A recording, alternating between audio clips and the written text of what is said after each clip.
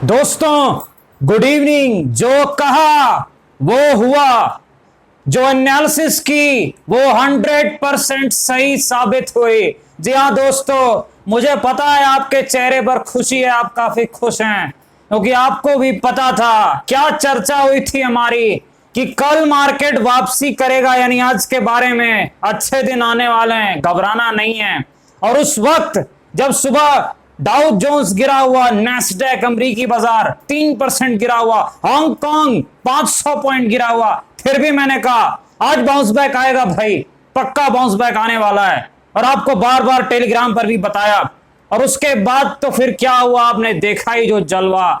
14,380 के आसपास मैंने चर्चा की थी मार्केट बाउंस बैक आएगा, और मैंने जाते जाते जो है आपको कहा भी कि मैं ब्रेकफास्ट पर जा रहा हूं, लेकिन आज मार्केट वापसी करेगा जबरदस्त। और 400 पॉइंट ऊपर गया वहां से निफ्टी, और तकरीबन प्लस 186 पॉइंट ऊपर मार्केट ने क्लोजिंग दी। जब सारे ये जो एक्सपर्ट जो खुद को कहते हैं शॉर्ट शॉर्ट कह रहे थे, मैंने कल आपको बताया था कि जो शॉर्ट करेगा पहले उसकी आज शर्ट उतरेगी, बाद में पैंट उतरेगी। लेकिन कुछ लोगों की अंडरवेयर भी उतार दी शॉर्ट सेलर्स की। जो है काफी एक्सपर्ट जो खुद को एक्सपर्ट कहते हैं, जिन्हें टेक्निकल एनालिसिस की टी भी नहीं आती है, वो कह रहे थे मंदी मंदी 13,800 13,800 भारी गिरावट, सपोर्ट टूटा तो आज ही बहुत भारी गिरावट आएगी। भाई आपको सपोर्ट रेजिस्टेंस थ्योरीज कुछ पता भी है कि नहीं पता है भाई? तो जितने भी एक्सपर्ट है जिनको टेक्निकल एनालिसिस आती नहीं है फिर भी कोर्स बेचते हैं और टिप्स चैनल चलाते हैं, अच्छा है भाई, हमेशा गलत होते हैं। और आपका दोस्त टीके मनी हर एन मौके पर सही साबित होता है दोस्तों। जो कहा वो हुआ। लेकिन अब क्या होगा आगे मार्केट में, अगले हफ्ते क्या हो सकता है मार्केट में, नेक्स्ट वीक क्या हो सकता है, तेजी या फिर जो है भारी गिरावट आ सकती है, क्या रॉकेट बनेगा मार्केट, चर्चा करेंगे मार्केट की और स्टॉक्स की। स्वागत है आपका आपके अपने चैनल टीके मनी में। मेरा नाम है त्रिभुवन, सर्टिफाइड इन इक्विटी डेरिवेटिव्स में। जो नए लोग हैं वो टेलीग्राम चैनल पर आ सकते हैं, वो टीके मनी सर्च कर सकते हैं और वो टेलीग्राम पर जा सकते हैं। टीके मनी आपको सर्च करना है, 6400 मेंबर्स पहले से हैं, आना है तो आ जाइए टीके मनी सर्च करके। चलिए चर्चा की शुरुआत करते हैं। सबसे इंपॉर्टेंट मार्केट यानी निफ्टी, क्या हो सकता है निफ्टी में। देखिए क्या चर्चा हमारी हुई थी कल जो है कि मार्केट में एक वापसी आनी चाहिए, लेकिन उसके बाद क्या हुआ, अमेरिकी बाजार गिर गए, डाउ जोन्स गिरा, S&P 500 गिरा, नैस्डैक जो है वो 3% गिर गया था। काफी लोग कहानियां सुनाने लगे। जब मार्केट देखिए इधर उधर होता है तो मार्केट भी नीचे खुला हमारा, तो काफी कहानियां सुनाने लगे कि अब सपोर्ट तो टूट गया है भाई, सपोर्ट टूट गया, अब तो भारी गिरावट आएगी, अब तो है 14,000 आज ही आ जाएगा। कुछ जो है बेवकूफ टेक्निकल एनालिस्ट जो कह रहे थे। देखिए एक चीज आपको याद रखनी है, चीजों को ठीक से समझिए। ये जो सपोर्ट था 14,500 के आसपास, ये वीकली सपोर्ट था, यानी इसका महत्व जो है वो वीकली क्लोजिंग पे, यानी 3:30 बजे निफ्टी कहां बंद हुआ उस पे देखा जाता है, इंट्राडे में नहीं देखा जाता है। इंट्राडे में मोमेंटम देखा जाता है। और मैंने आपको बिल्कुल सही वक्त पर कहा 14,380 के आसपास कि मार्केट बाउंस बैक दिखाएगा। हिंदी में भी लिखा और इंग्लिश में भी कि मार्केट वापसी करेगा, आज जो है बाउंस बैक आने वाला है। कहीं ना कहीं चार्ट देकर उसके बाद फिर जो मैं थोड़ा बिजी था, तो उसके बाद आपने देखा क्या कमाल मार्केट का। और सारे एक्सपर्ट तो खैर छोड़ दीजिए उनकी बात, नेगेटिव बातें कर रहे थे यूट्यूब पर, वो व्यूज के लिए मार्केट क्रैश की वीडियो बनाते हैं, बहुत बड़ी मंदी आएगी ऐसी वीडियो बना रहे थे, वो फिर से जो है गलत साबित हुए हर बार की तरह। वो होते रहते हैं, कोई नई बात नहीं, अच्छा है वो गलत साबित होते रहें, अपना जो है कोर्स बेचते रहें, टिप्स का जो है धंधा चलाते रहें, कोई दिक्कत नहीं है। चलिए आगे बढ़ते हैं निफ्टी में और क्या हो सकता है। पहली चीज देखिए मार्केट कहां से घूमा है, 14,350 14,350, यानी जो अगला हफ्ता है उसके लिए सपोर्ट बन जाएगा, यानी जो नेक्स्ट वीक है उसके लिए सपोर्ट क्या है मार्केट का, 14,350 के आसपास। ये जो लेवल है नेक्स्ट वीक के लिए मार्केट का सपोर्ट है, इस चीज को आपको याद रखना है। अच्छा रेजिस्टेंस कहां पर है चेक करना पड़ेगा। देखिए पहला रेजिस्टेंस जो ऑप्शन चेन एनालिसिस के हिसाब से जो दिख रहा है वो मेरे ख्याल से 15,000 के आसपास है, 15,050 के आसपास, क्योंकि 15,000 पे काफी कॉल राइटर है और प्रीमियम थी उस वक्त पे, तो मेरे ख्याल से 15,050 के ऊपर ही जो है कॉल राइटर्स को पेन होगा। यानी जो कॉल राइटर्स हैं उनको दिक्कतें होने लगेगी। तो 15,050 जो है ये मेरे ख्याल से एक रेजिस्टेंस हो सकता है नेक्स्ट वीक के लिए। और देखिए सपोर्ट है क्या 14,350, जहां से आज पलटी मारा है, जहां का आज लो लगाया है मार्केट ने, पहली चीज। लेकिन मंडे को क्या होगा, बहुत ज्यादा इंपॉर्टेंट है कि मंडे को मार्केट क्या कर सकता है, ये भी काफी इंपॉर्टेंट। देखिए पहली चीज, मंडे के लिए आपको एक चीज याद रखनी है, कैसे मार्केट खुलता है ये देखना है। अगर मार्केट मान लीजिए कि जो है ऊपर खुलता है, 100 पॉइंट ऊपर मान लीजिए खुल जाता है, तो मेरे ख्याल से सपोर्ट रेजिस्टेंस जो है वो चेंज हो जाएंगे। मेरे ख्याल से अगर ऊपर की तरफ मार्केट खुले तो मेरे ख्याल से ये जो आपका हाई है ये सपोर्ट बन जाएगा। ये कितना हाई है, मेरे ख्याल से 14,780 के आसपास कुछ हाई है, लेकिन उसके लिए 100 पॉइंट ऊपर खुलना पड़ेगा। अगर ऊपर नहीं खुलता है तब नहीं मायने रखता है, 10-20 पॉइंट ऊपर खुलता है तो मेरे ख्याल से वो हाई मायने नहीं रखेगा। अगर 100 पॉइंट या 70-80 इतना तो कम से कम ऊपर खुलना पड़ेगा, तभी जो है ये सपोर्ट बनेगा। अदरवाइज क्या सपोर्ट रहेगा, अदरवाइज जो सपोर्ट है वो फिर से वही वाला है जो पहले बताया था, 14,500। ये जो 14,500 है ये सपोर्ट तब काम करेगा जब मार्केट फ्लैट टू नेगेटिव खुलता है। यानी मान लीजिए किसी कारण से मार्केट नीचे खुल जाता है, थोड़ी गिरावट आ जाती है मार्केट में, तो ये जो 14,500 का लेवल है ये सपोर्ट का काम करेगा। इस चीज को आपको याद रखना है। और जो 14,350 है ये अगले हफ्ते का सपोर्ट हो सकता है, इस चीज को आपको याद रखना है। और एक चीज मैं आपको बता दूं, चार्ट देखिए तो थोड़ा ध्यान से, वीकली सपोर्ट है तो उसका महत्व वीकली पे रहेगा, इंट्राडे में नहीं। सपोर्ट टूटा तो गिरावट होती है, लेकिन इसका मतलब ये नहीं है कि चीख के चिल्लाने लगे कि भाई अब तो है खत्म, खेल खत्म, बहुत बड़ी मंदी, बहुत बड़ी गिरावट। ऐसे डराने से कुछ नहीं है, सिर्फ जो है फालतू बातें हैं, सिर्फ लोगों को बेवकूफ बनाने के लिए ये लोग जो है करते हैं, और वीडियोस ही बहुत बनाते हैं बेवकूफ बनाने के लिए। ठीक है, अब सबका अपना है, मैं क्या कहूँ, लेकिन आपको याद रखना है लेवल्स पर काम करना है, ओके। बिना लेवल्स पर काम किए मार्केट में प्रॉफिट नहीं होता है, इस चीज को आपको याद रखना है। अरे फालतू की खबरें आती रहेंगी, जब मार्केट ऊपर जाएगा 50 कारण लोग बताने लगेंगे। यही लोग है जब गिर रहा था तो 50 कारण नीचे जाने के बता रहे थे, 50 कारण, ये हो गया, बॉन्ड यील्ड बढ़ गया, ये हो गया, वो हो गया। अरे सब यील्ड देखी है मैंने, बॉन्ड यील्ड बढ़ते और सारी चीजें देखी है, 0% इंटरेस्ट रेट है अभी, तो ये सारी चीजें देखिए, याद रखिए। ऊपर जाएगा कहानियां सुनाएंगे, नीचे आएगा कहानियां सुनाएंगे। अरे भाई लेवल पे काम कीजिए, ठीक से काम कीजिए, कहानियों से बेवकूफ बनाने से नहीं होता है। आगे बढ़ते हैं, मेरे ख्याल से हिंदुस्तान यूनिलीवर के पास चलते हैं। HUL, देखिए HUL के बारे में चर्चा हमने की थी जब ये 2140 के आसपास था, मैंने कहा था काफी अट्रैक्टिव लेवल है, टेलीग्राम पे डिस्कस भी किया कि काफी अच्छा लेवल है बाइंग के लिए, और वहां से काफी लोगों ने बाइंग भी की। उसके बाद मैंने कहा 2250 के आसपास जो है पहला प्रॉफिट बुकिंग का लेवल है, मेरे ख्याल से वहां से नीचे जरूर आया लेकिन इसने फिर बाउंस बैक दिखाया। और फिर मैंने एक अपडेट भी किया था कि अगला प्रॉफिट बुकिंग लेवल जो है वो 2500 के आसपास है HUL का, हिंदुस्तान यूनिलीवर का। क्यों? क्योंकि मेरे ख्याल से वहीं अगला रेजिस्टेंस है, आप देख सकते हैं अगला जो रेजिस्टेंस है यूनिलीवर में वो 2500 के आसपास है, बड़ा रेजिस्टेंस वहीं पर है। मेरे ख्याल से अगला प्रॉफिट बुकिंग का लेवल हिंदुस्तान यूनिलीवर स्टॉक में वही है। Hindustan Unilever long term core portfolio का स्टॉक है, अगर नीचे मिल जाए तो काफी अच्छा है। नीचे आया था मैंने चर्चा भी की थी। दूसरी चीज डिविडेंड यील्ड 1% के आसपास है तो कोई दिक्कत नहीं है, अच्छा स्टॉक है।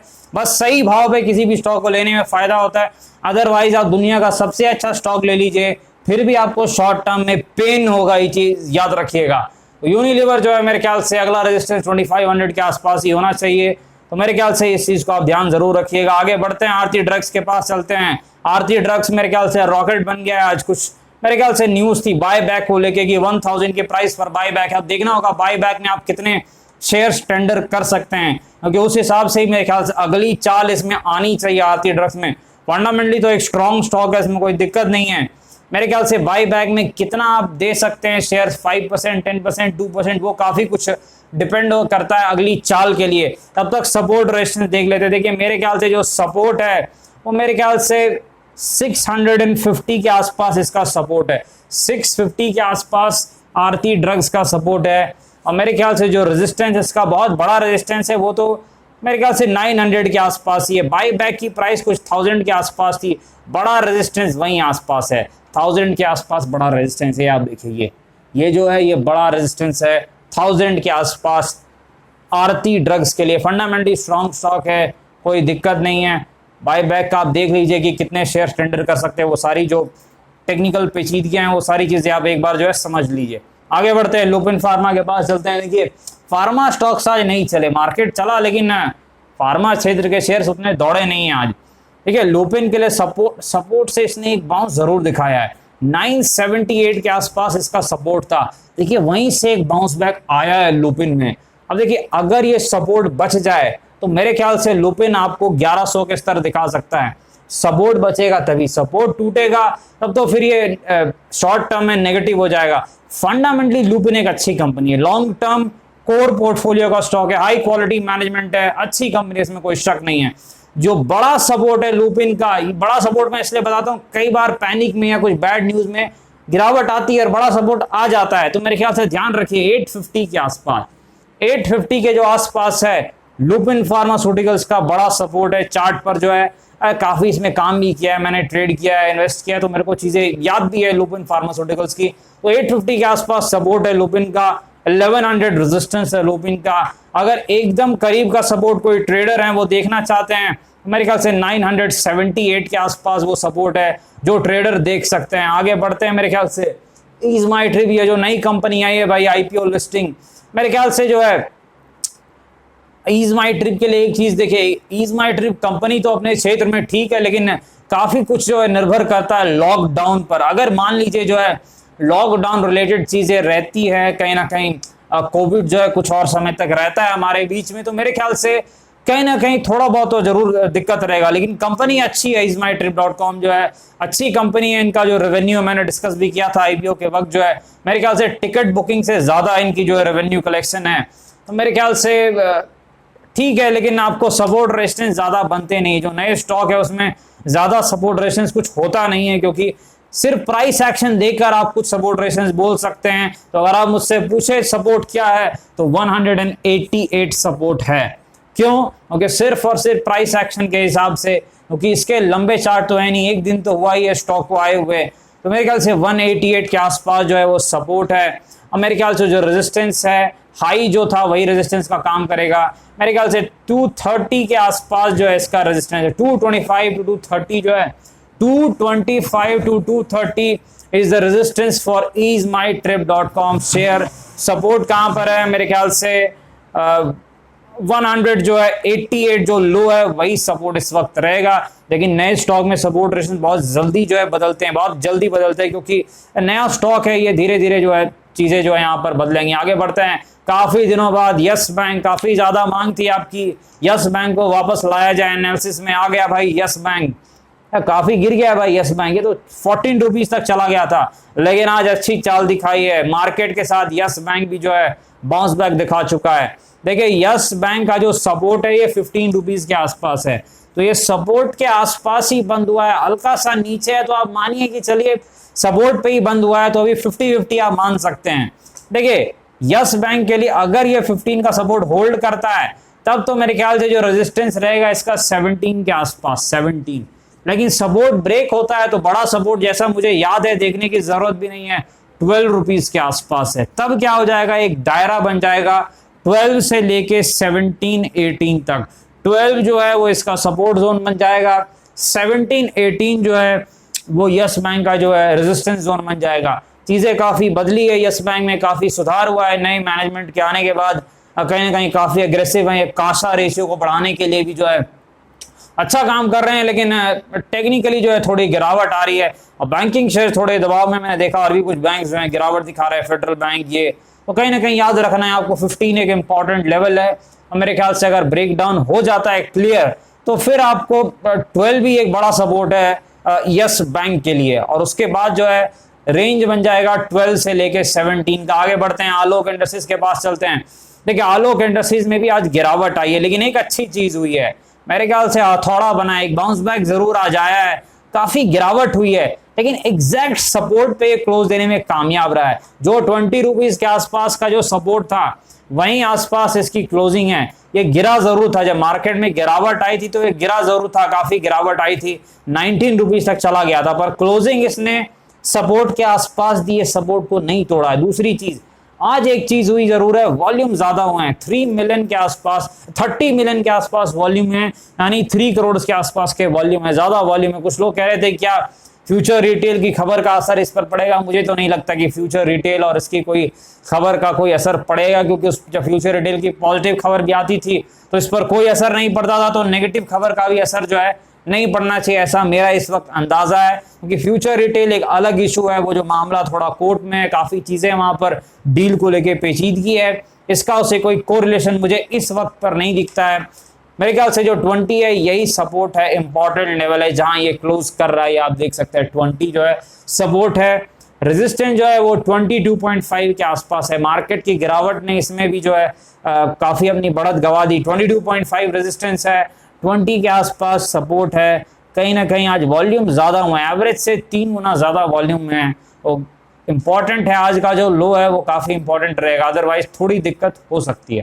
फ्यूचर रिटेल के पास चलते हैं। देखिए फ्यूचर रिटेल का जो सपोर्ट था उसने इस सपोर्ट को क्लीनली ब्रेक कर दिया है। 66 से 68 के बीच का सपोर्ट था जो कि फ्यूचर रिटेल ने तोड़ दिया।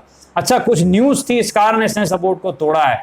न्यूज क्या है देखिए, future retail share take a massive hit as it loses the case against Amazon in Delhi high court. कहीं ना कहीं जो है high court uphold Singapore order against RIL deal. तो कहीं ना कहीं डील को लेकर के जो दिक्कतें हुई हैं, कहीं ना कहीं इस कारण से फ्यूचर रिटेल में गिरावट आई। अब ये तो शेयर न्यूज पे चलने वाला है, न्यूज जैसी आती है उसी हिसाब से चलता है। टेक्निकल फंडामेंटल्स तो यहाँ मायने कुछ रखते नहीं, आपको भी पता है, मुझे भी पता है। सिर्फ न्यूज मायने रखता है कि डील को लेके क्या न्यूज आ रही है, और हाई कोर्ट में मामला है, अब आगे मेरे ख्याल से सुप्रीम कोर्ट में क्या फैसला होता है मुझे नहीं पता। लेकिन कहीं ना कहीं जो चीजें हैं कानूनी चीजें हैं, मेरे ख्याल से वहां जो फैसला होगा उस हिसाब से काम होगा। सपोर्ट इसने तोड़ दिया है, तो जब तक ये 68 के ऊपर ना आ जाए, शॉर्ट टर्म में फ्यूचर रिटेल टेक्निकली वीक रहेगा, इस चीज को आप याद रखिएगा। उम्मीद करते हैं कि कहीं ना कहीं काफी लोगों ने तो इन्वेस्ट किया है फ्यूचर रिटेल में, तो उम्मीद कीजिए कि सपोर्ट के ऊपर आ जाए, तभी जो है जान बचेगी, अदरवाइज जो है सपोर्ट के नीचे दिक्कतें होती है, इस चीज को आप याद रखिएगा। डिस्क्लेमर आपको पता है, ये वीडियो एजुकेशन और इन्फॉर्मेशन पर्पस से करीब अपने फाइनेंशियल और बातचीत करें, बाजार में काफी जोखिम है, थोड़ा ध्यान से काम करें। धन्यवाद।